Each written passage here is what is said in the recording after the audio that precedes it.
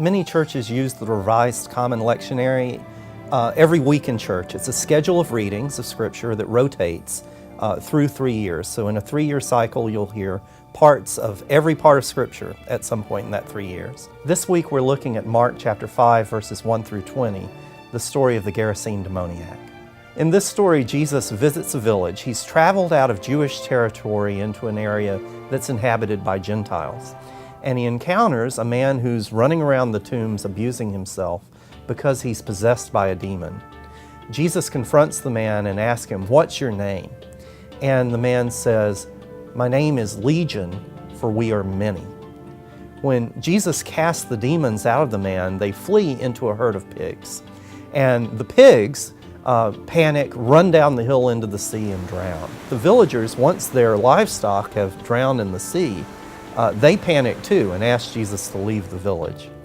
This story works at 2 levels, really. One level is the story of this man who is just tormented by a demon. To modern readers, we might look at the story and think, what sort of mental illness is afflicting this person that's driving him to these lengths?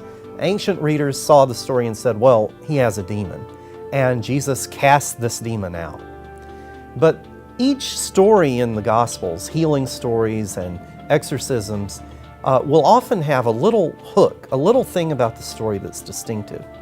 In this story, the thing that's distinctive is the name that the demons have. They identify themselves as Legion. And in the ancient world, that meant just one thing.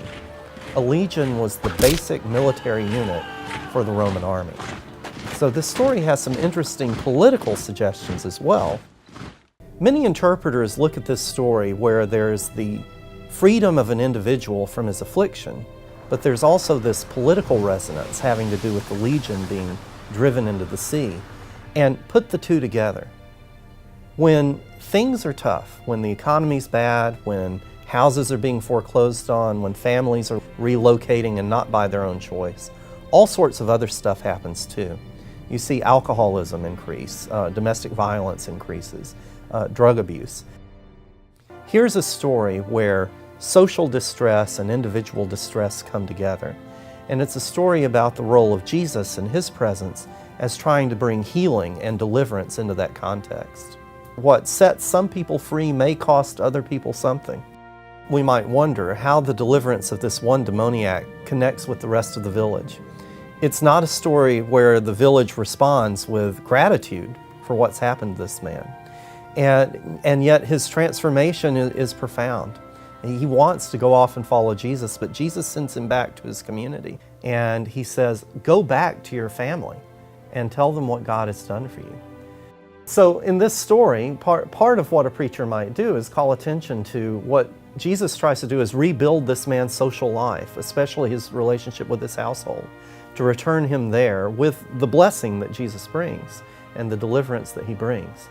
So I hope that preachers would help people to imagine folks who are struggling with a variety of disabilities, including mental health concerns, to humanize them and to bring them into the household or the community of faith.